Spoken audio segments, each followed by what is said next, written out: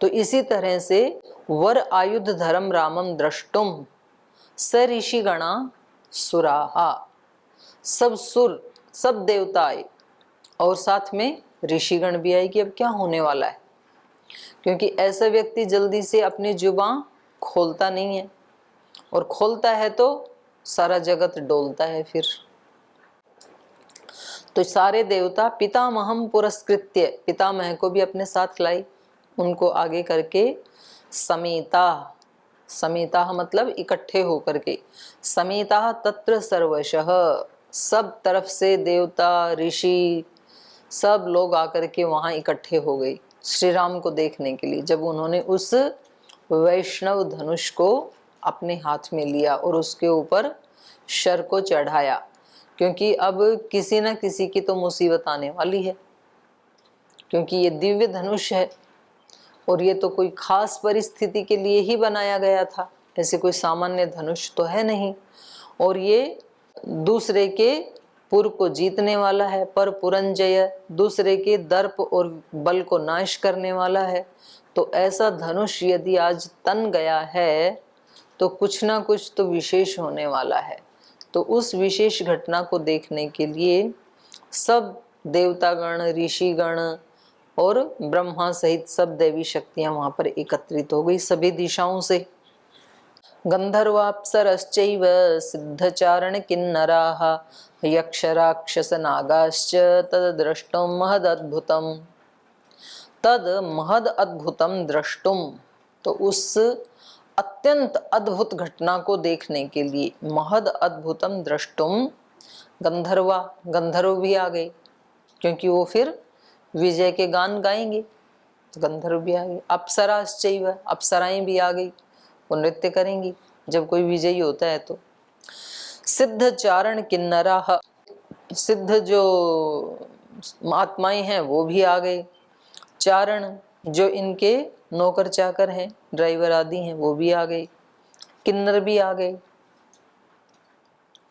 और यक्ष राक्षस नागाश्च, माने जितनी भी योनियां हो सकती हैं वो सब की सब, तद महद अद्भुतम द्रष्टुम समेताः, ऊपर से क्रिया की अनुवृत्ति आ रही, वो सब के सब इस अद्भुत घटना को देखने के लिए एकत्रित हो गई, समेताः।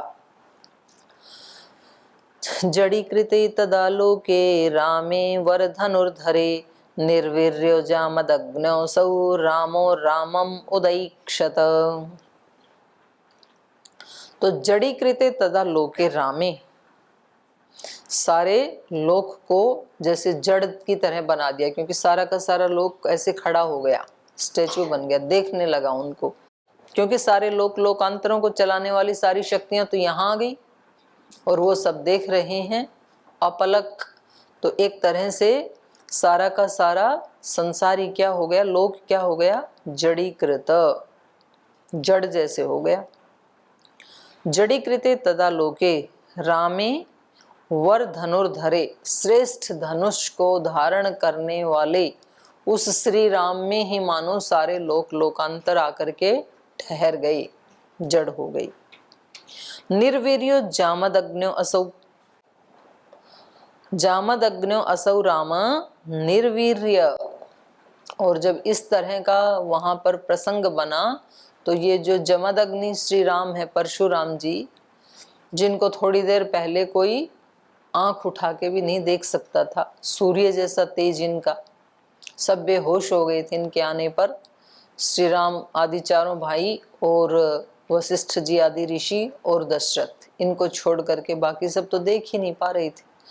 तो जो इनका अवर्णनीय तेज और पराक्रम था वो अब श्री राम के सामने आने पर, और वो भी जब उन्होंने आयुध धारण कर लिया, आयुध के साथ श्री राम के सामने आने पर इनका जो पराक्रम है वो कैसा हो गया, निर्वीर्य, बिल्कुल ये इनकी जैसे शक्ति ही चली गई, जैसे इनका पूरा तेज ही निकल गया, ऐसे हो गए ये। निर्वीर्य जामदग्न्योसौ रामो रामम उदैक्षत, तो जड़ होकर के ये भी निर्वीर्य होकर के, पराक्रम रहित होकर के, जैसे सारा संसार जड़ होकर के इनको देख रहा था, ऐसे ये भी श्री राम को देखने लगे। रामम उत ऐक्षत, तो राम को ये भी देखने लगे।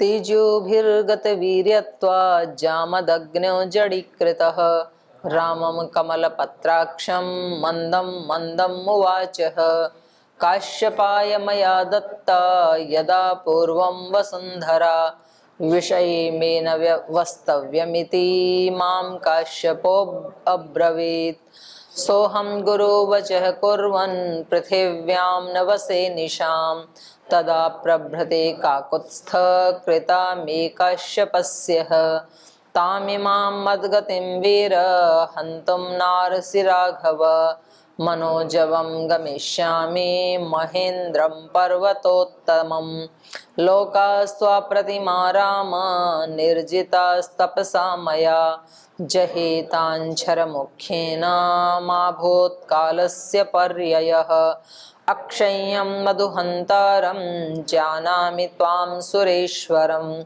धनुषोऽस्य परामर्शात् स्वस्ति तेस्तो परं तप एते सुरगणः सर्वे निरीक्षन्ते समागताः त्वामप्रतिकर्माणम् अप्रतिद्वन्द्वम् आहवे। तो जब इन्होंने देखा कि भाई इनके सामने तो खड़े होकर के मैं बिल्कुल पराक्रम से हीन हो रहा हूँ, मेरी तो शक्ति, मेरी जान निकली जा रही है। तेजो भी गत वीर्यत्वात्, तेज आदि पराक्रम आदि इनके चले जाने पर एकदम ऐसे हो गई जैसे बीपी डाउन चला जाता है तो पूरा शरीर निढाल हो जाता है फिर, तो ऐसे इनका एकदम से बीपी लो हो गया। श्री राम के सामने नापते तो जरूर थोड़ा मिलता। तेजो भी गत वीर्यत्वात् जामदग्नि जड़ीकृतः, और जामदग्नि राम भी क्या हो गए, जड़ जैसे हो गए, जड़ीकृतः।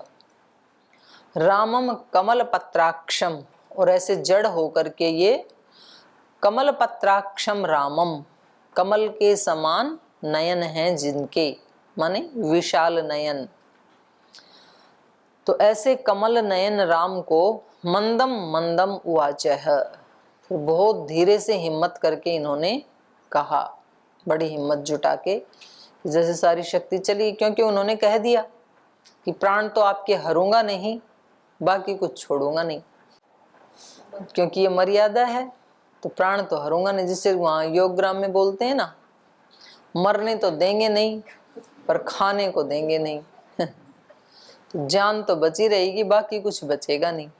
तो ऐसे इन्होंने कह दिया था श्री राम ने, तो ये एकदम से, ऐसे कौन बोल सकता है परशुराम के सामने, जिन्होंने कितनी बार सारी पृथ्वी को क्षत्रियों से रहित कर दिया, ऐसा कोई क्षत्रिय उनके सामने खड़ा होकर के और ऐसे ताल ठोक के बोल रहा है, तो आधा तेज तो उसी से चला जाता है जब कोई इस तरह से सामने खड़ा हो जाता है। और जब व्यक्ति, खास करके जब किसी झूठे अहंकार के बल पे या दंभ के बल पे अपने आप को बड़ा मानता है, वास्तव में बड़ा होता नहीं, और उस दिन कोई उसका सामना करके खड़ा हो जाए, आधी शक्ति तो तभी चली जाती। कोई राक्षस एक मनुष्य को पकड़ के लाया और उससे अपने घर का पूरा काम करवाता था उस मनुष्य से, और वो मनुष्य बेचारा जब थक जाता, थोड़ा सा विश्राम करता, तो राक्षस उसको अपने बड़े बड़े पंजे दिखाता, बड़े बड़े नाखून वाले, बोले देख रहे हो मेरे पंजे, ऐसे फाड़ के खाऊंगा तेरे को। तो बेचारा कहता नहीं नहीं ऐसे मत करना, मैं दोबारा वो काम में फिर लग जाता, और खाने को कुछ दे नहीं और काम करवाए खूब सारा। तो वो बेचारा परेशान हो गया। तो किसी दिन वो उसके राक्षस की नजरों से बच के निकल गया जंगल में, और कोई व्यक्ति उसको मिल गया, तो उसने कहा भाई आप मेरी थोड़ी रक्षा कर दो, मैं बड़ा परेशान हूँ। बोले बताओ। बोले एक राक्षस के मैं पीछे पड़ गया, वो अभी भी आने ही वाला होगा मेरे को पकड़ने के लिए, वो मेरे को रोज डराता है। बोले तुम एक काम करना, कल ना उसके सामने खड़े हो जाना, डरना मत उससे, और आप उसको बोल देना कि आपको मारना है, खाना है, फाड़ना है, जो करना है करो, और आज मैं टस से मस भी नहीं होऊंगा, तुम जाओ, तुम चिंता मत करो, मैं उस राक्षस की सारी शक्ति मेरे पास है। बोले अच्छा सच में, कभी ऐसा ना हो मरवा दो। बोले ना ना, आप निश्चिंत रहो, मैं आ जाऊंगा वहां पर सही मौके पे। अब वो अपने घर गया वो आदमी, और वो कुछ भी काम ना करे। अब राक्षस को लगी इसको क्या हो गया आज, इसको कहाँ से बल मिल गया, किसने हवा भर दी इसको। तो उसने कहा दिखाई नहीं देता है, इतना काम पड़ा है। बोले नहीं करेंगे। ये क्या हुआ तेरे को, कुछ होश है या ऐसे ही बोल रहे? बोले बिल्कुल होश हवास में है, नहीं करेंगे। बोले आपको पता है जब मैं आपको फाड़ के खाऊंगा तो कैसे खाऊंगा, हड्डी कैसे चबाऊंगा?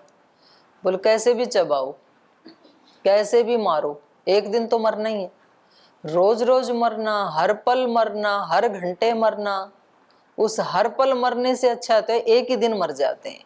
मारो, हम तैयार हैं मरने के लिए। तो राक्षस ने उसने धक्का दे के बाहर निकाला। बोले भाग यहाँ से, जब तू मेरे से डरता ही नहीं है तो तेरे को रख के भी क्या करूं। अब कोई दूसरा आदमी पकड़ के लाऊंगा जो मेरे से डरे, उससे काम कराऊंगा, तू निकल यहाँ से। तो हमारे मन का जो भय है ये ऐसा ही राक्षस है, हम सब के अंदर है वो राक्षस। वो हमें डराता रहता है, ऐसा किया तो क्या होगा, ऐसा मैंने बोला तो क्या होगा, वो डरता रहता है और अपनी भावनाओं को दबाता रहता है। जो आत्मा की भावनाएं होती हैं अंतःकरण की, उनको कभी लोक के भय से, कभी किसी लोभ के भय से, किसी न किसी भय से वो अपनी अंतः प्रेरणाओं को दबाता रहता है। और जिस दिन आदमी सब कामनाओं को छोड़ करके खड़ा हो जाता है, क्या होगा इससे ज्यादा, मरी तो जाएंगे ना, मरना तो है ही एक दिन, लेकिन अब करेंगे वो ही जो अंतःकरण की प्रेरणा, वो ही करेंगे। तो फिर उसको कोई डरा नहीं सकता है, क्योंकि राक्षस डराता कब तक है, जब तक कोई डरता है। तो जैसे ही इनके सामने कौन बोल सकता था, परशुराम जी के सामने कोई भी नहीं बोल सकता था। महाराजा दशरथ जैसे व्यक्ति हाथ जोड़ के खड़े हो गए कि ये आ गए हैं, अब इनको कैसे शांत करें। महर्षि वशिष्ठ जैसे महाज्ञानी, जिनको मक्खन लगाने की कोशिश कर रहे हैं, उनकी स्तुति प्रार्थना करके उनके क्रोध को शांत करने की कोशिश कर रहे हैं, उस व्यक्ति के सामने कोई साधारण मनुष्य, कोई नौजवान मनुष्य खड़ा हो जाए कि अब तेरी सारी शक्तियां हर लेता हूं मैं, तो आधी शक्ति तो वैसे ही हरी जाएगी एकदम से। तो ये कैसे हो गए, ये हो गए तेजो भी गत वीर्य, इनका तेज और इनका पराक्रम गत, चला गया, मंद पड़ गया। ऐसे जामद अग्नि जड़ी कृतः, जिनको जड़ जैसे कर दिया श्री राम ने, उनके पराक्रम को खींच लिया। और ये सच बात है, शक्तियां सारी ईश्वर देता है और यदि उसका दुरुपयोग करें तो वो खींच भी लेता है। व्यक्ति के पास जो साहस, बल, जितनी भी शक्तियां हैं, आत्मशक्ति, मनः शक्ति, बुद्धि की शक्ति, सभी प्रकार की शक्तियां ईश्वर प्रदत्त हैं, क्योंकि शक्तियों का असली स्वामी तो ईश्वर ही है। सर्वशक्तिमान तो वो ही है, सारी शक्तियां उसी की हैं। और वो जब देने लगता है किसी को, तो फिर वो व्यक्ति किसी से भी डरता नहीं है। संसार में, समाज में वो सीना तान के खड़ा हो जाता है। ये आत्मशक्ति ही है, ये परमात्म शक्ति ही है जो दुबले पतले व्यक्ति को भी खड़ा कर देती है पूरे विश्व के सामने। और जब वो शक्ति को हरण कर लेता है तो कितने भी बड़े महान योद्धा, अर्जुन का क्या हाल हुआ था बाद में, भीलों से युद्ध हार गया था। जिसने महाभारत के युद्ध में बड़े बड़े महापुरुषों को, महायोद्धाओं को धराशाही कर दिया था, ऐसा योद्धा जिसका पूरी पृथ्वी के ऊपर महायोद्धा के रूप में उस समय एक ही व्यक्ति था, अर्जुन। एक दूसरा था एकलव्य, एक तीसरा था कर्ण। लेकिन वो राजनीति करके गुरु द्रोणाचार्य जी ने उनको आने दिया नहीं आगे, ना कर्ण को आने दिया, ना एकलव्य को आने दिया, क्योंकि उनको अत्यंत प्रीति थी अर्जुन से। तो उनको ये था कि धरती के ऊपर अर्जुन के अलावा और किसी का नाम नहीं होना चाहिए। तो ये उनकी अपनी एक वीकनेस थी। लेकिन वही अर्जुन महाभारत के युद्ध के बाद भीलों से लूट गई। भीलों ने लूट लिया जंगल में जाते हुए उसको, और पराजित करके उनके धनुष बाण सब छीन करके उसको भेज दिया। पहले तो उसको बंदी बना लिया, बाद में उसको अपमानित करके उसको छोड़ा उन्होंने। तो ये समय की बात होती है, किस समय पे ईश्वर शक्ति देता है, किस समय पे छीन लेता है, कुछ भी नहीं पता चलता है, सब उसी का दिया हुआ है। व्यक्ति अच्छा भला सोता है, सुबह उठता है तो बोला ही नहीं जाता है, बोलने की शक्ति गायब। अच्छा भला सोता है, सुबह चला ही नहीं जाता है, चलने की शक्ति गायब, उठा ही नहीं जाता है व्यक्ति से, पैर खराब। अच्छा भला सोता है, सुबह उठ करके श्वास लेने की शक्ति गायब, उठता ही नहीं है, सोया का सोया रह जाता है। तो ऐसे ही इनका कैसा हो गया, सब शक्तियां जड़ीकृत, जड़ हो गई जैसे। तो इन्होंने राम की तरफ देखा कि अब कुछ भी तो बचा नहीं, सब शक्तियां तो आपने क्षीण कर दी मेरी, तो मेरी हालत क्या बनेगी। इसलिए धीरे धीरे हिम्मत करके इन्होंने कमल नयन श्री राम की तरफ देखा और उनसे कहा। तो क्या कहा उनसे श्री राम से, काश्यपाय मया दत्ता यदा पूर्वं वसुंधरा विषये में न वस्तव्यम इति माम कश्यपो ब्रवीत। देखो, जब यदा पूर्वम पहले, जब ये वसुंधरा ये पृथ्वी, यदा मया कश्यपाय दत्ता, जब मैंने ये कश्यप को दे दी थी सारी पृथ्वी को विजय करके, और ये मैंने कश्यप के लिए दे दी थी दान में, तो मे विषये न वस्तव्यम इति, तो कश्यप जी ने मुझे क्या कहा था कि अब ये पृथ्वी मेरी हो गई है, और दान देने के बाद अब आपको इस पृथ्वी पे नहीं रहना चाहिए क्योंकि पृथ्वी मेरी है। तो न मे विषये वस्तव्यम, मेरे विषय में, मरता मतलब मेरी पृथ्वी पे। तो दान, जब कोई चीज एक बार दान दे दी ना, तो उस पे फिर अपना अधिकार होता नहीं है।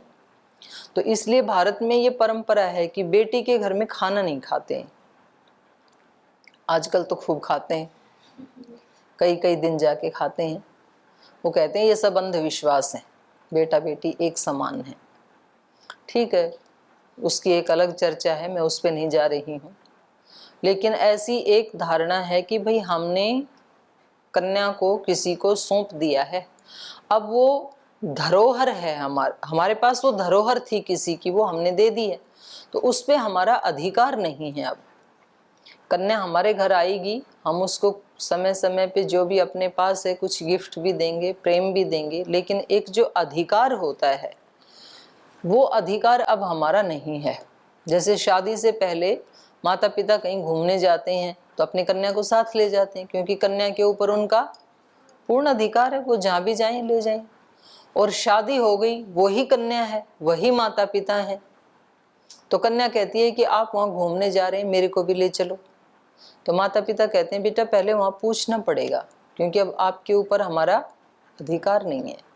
आपके ससुराल वाले, आपके सास ससुर, आपके पति, जो भी परिवार के बड़े लोग हैं, वो यदि अनुमति देंगे तो हम लेके जाएंगे, ले जाने में दिक्कत नहीं है।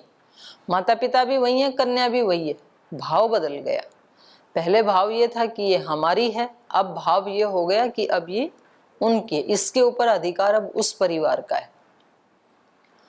तो भावों से संसार चलता है। तो भाव ये होता है कि भाई एक बार जब दे दिया हमने दान में, तो अब उसका उपभोग करने का अधिकार हमारा नहीं है। राजा हरिश्चंद्र ने भी जब विश्वामित्र जी को दी थी तो वो उस राज्य में वो रहे नहीं फिर, और दान के साथ साथ दक्षिणा और देने के लिए काशी में जाके अपने पुत्र पत्नी को भी बेच दिया था उन्होंने। उस नगरी में नहीं रह सकते हैं, अब वो उनकी हो गई है, अधिकार नहीं है उनका। तो ऐसे ही इन्होंने जब, जैसे आप लोगों ने आकर के बोलते हो कि ये जीवन हमारा किसके लिए है, देश के लिए है, गुरु के लिए है, ऐसे आके बोलते हैं आप सब, फॉर्म भी भरते हैं, और फिर 2-3 महीने के बाद मेरे पास एप्लीकेशन लेके आ जाते हैं, बोल जी घर में थोड़ा सा जमीन की रजिस्ट्री करनी है, अकाउंट बंद करना है, माताजी बीमार है, पिताजी को दिखाना है, इतनी सारी जिम्मेदारियां। आप लोगों से आगे ये बहनें हैं, यहाँ पर ऐसी ऐसी बहनें हैं जिनको 5-5, 6-6 वर्ष हो गए, एक बार भी नहीं पूछा कि हमें घर जाना है। बड़ा गौरव है मेरे को इन पे। एक बार दान दे दिया तो इस जीवन और इस शरीर पे आपका अधिकार तो रहा नहीं, गुरु का अधिकार है। वो भेजें तो चले जाना। अभी तो बोले बहन की शादी है तो मेरे को तो 10-12 दिन पहले जाके सब व्यवस्थाएं करनी पड़ेंगी। जो घर में है उनकी जिम्मेदारी है शादी करने की, आपकी नहीं है। आपको गुरुजी भेजें तो एक दिन जाके आशीर्वाद दें आना, नहीं भेजें तो मत जाना। आपका जीवन तो देश के लिए, धर्म के लिए है। ऐसे यदि अप डाउन करते भगत सिंह आपकी तरह से, फिर देश आजाद होने वाला नहीं था। ऐसे अप डाउन करते महाराणा प्रताप यदि, फिर मुगलों से जीत नहीं सकते थे, फिर मेवाड़ गुलाम ही होता। फिर तो ऐसे नहीं होता, एक ही तरफा होता है निर्णय। तो इन्होंने कहा कश्यप जी ने कि देखो अब आपने ये वसुंधरा मेरे को दे तो दी है, पर ऐसा नहीं कि फिर आप यहाँ 24 घंटे मेरे पास रहो और एहसान दिखाते रहो, मैंने तेरे को दी है ये व्यवस्था कर। अब यहाँ रहना नहीं, ये मेरी हो गई। अब आपको पूरी पृथ्वी पे नहीं रहना है। विषये में न वस्तव्यम, इस मेरे को दी हुई, मेरे विषय में आई हुई, मेरे अंडर में आई हुई पृथ्वी पे आपको नहीं रहना चाहिए। माम कश्यप अब्रवीत, ऐसा मुझे कश्यप ऋषि ने कहा था। सो हम गुरु वचः कुर्वन् पृथिव्याम न वसे निशाम, तो इसलिए मैं उनके, कश्यप जी के, वो मेरे गुरु थे, उनके वचनों को स्वीकार करके, सो हम वह मैं गुरु वचः कुर्वन्, गुरु वचनों को स्वीकार करके, उन वचनों को मैंने वेद वाक्य मान लिया, गुरु वाक्य मान लिया। इसलिए निशाम पृथिव्याम न वसे, रात्रि में मैं पृथ्वी पे नहीं रहता हूँ। दिन में ठीक है काम काज के लिए आता हूँ, कन्या आए जाए, लेकिन सदा के लिए ही आके बैठ जाए तो उसको अच्छा नहीं माना जाता है फिर।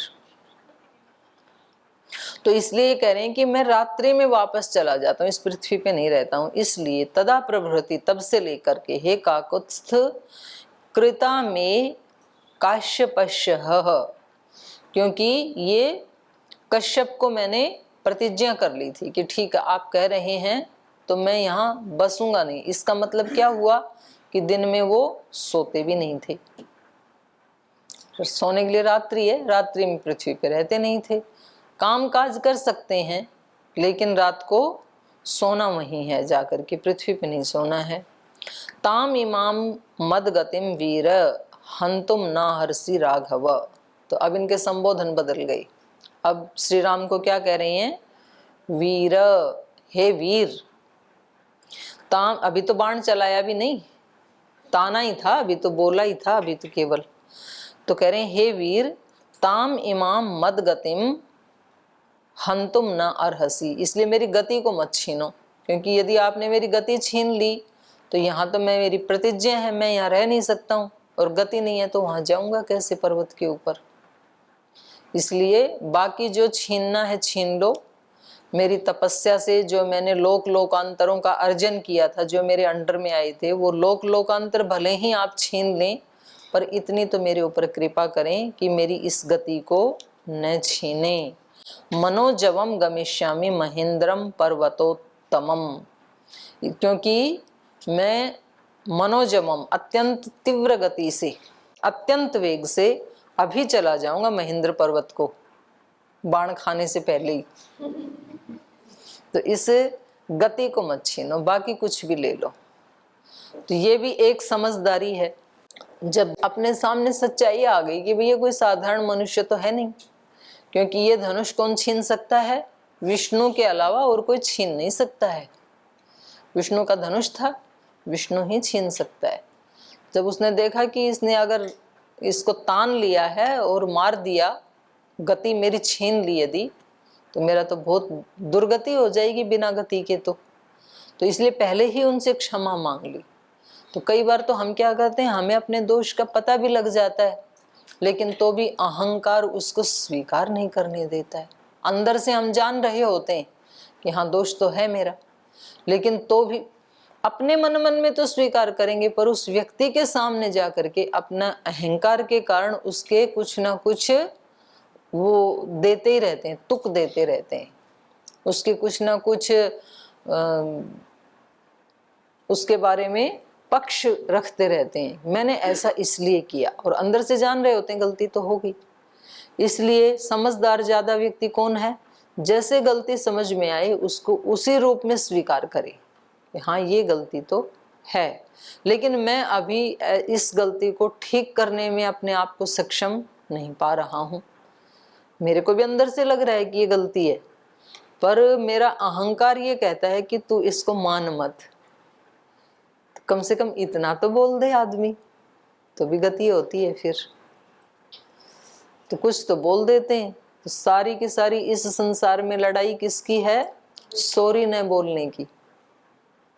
एक बार सॉरी बोला और फिर आदत भी नहीं डाल लेनी चाहिए रीता की तरह से, कुछ भी करे फिर बोले सॉरी। मैंने कहा ये गलती तो आपने कई बार कर दी है, तो हर बार गलती करके सॉरी ऐसे नहीं बोलना, ठीक करना उसको। फिर वो तो मैंने वैसे ही बोल दिया उसको, इसको ज्यादा बोलने की आदत है। ऐसे नहीं है कि बहुत सारी गलतियां कर रखी हैं, ऐसा नहीं है, लेकिन ये एक क्षमा मांगना अपने आप में बहुत बल है। कोई भी बड़ी से बड़ी त्रुटि हो गई और सच्चे हृदय से व्यक्ति भगवान के सामने बोल दे कि ये त्रुटि हो गई और अब आगे शक्ति देना ये त्रुटि ना हो। तो रोज तो हम प्रार्थना गाते हैं ना, भूल दिखाकर उसे मिटाकर। पहले तो भूल दिखाओ, हमें वो शक्ति दो कि अपनी भूलें देख सकें, क्योंकि भूल तो दिखती नहीं है ना अपनी। भूल दिखाकर उसे मिटाकर, फिर भूल को मिटाओ भी, मिटाने की भी शक्ति दो। तो भूल दिख भी जाती है, मिटती नहीं है। और भूल दिख जाएगी और भूल मिट जाएगी तो भगवान का प्रेम तो फिर सामने ही है। अपना प्रेम प्रदान करो, भूल दिखाकर उसे मिटाकर अपना प्रेम प्रदान करो, भागवत प्रेम प्रदान करो, क्योंकि उसी की तलाश में है ये जीव। उससे पहले रुकने वाला नहीं है। उससे पहले जहां भी प्रीति करता है तो उसका परछाई मात्र है भागवत प्रेम की।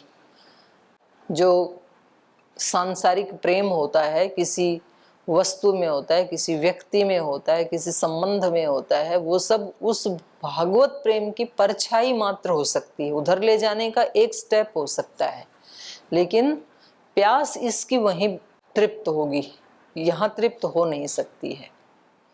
तो इनको ये एहसास हो गया परशुराम जी को, और इन्होंने कहा कि आप मेरी इस गति का हरण ना करें। तो ये 15 श्लोक तक हमने पढ़ा, शेष कल पढ़ेंगे।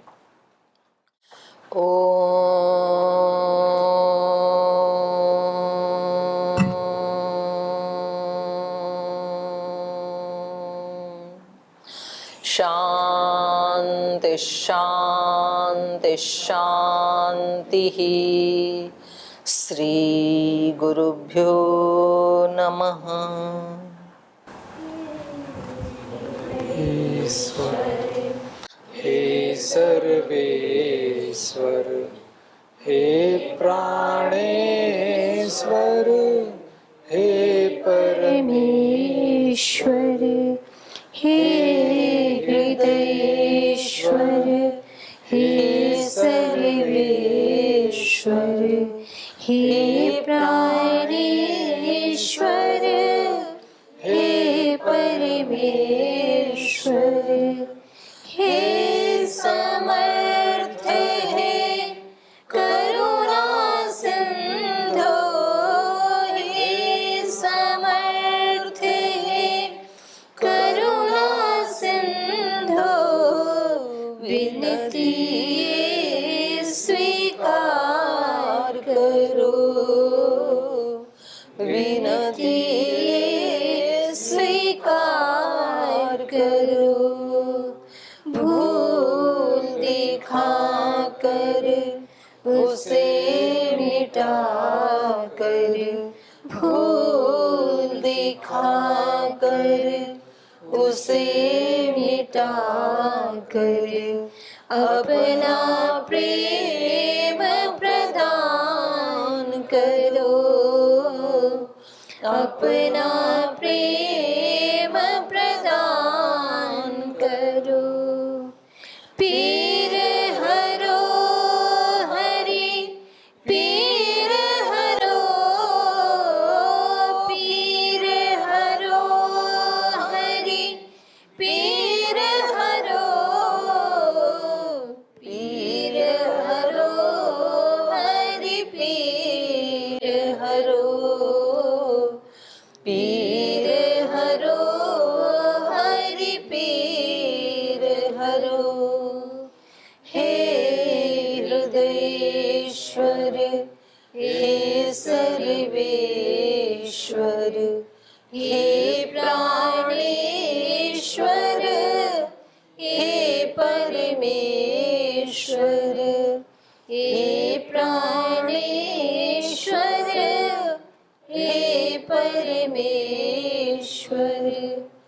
हे प्राणेश्वर हे परमेश्वर। ओम श्री गुरुभ्यो नमः।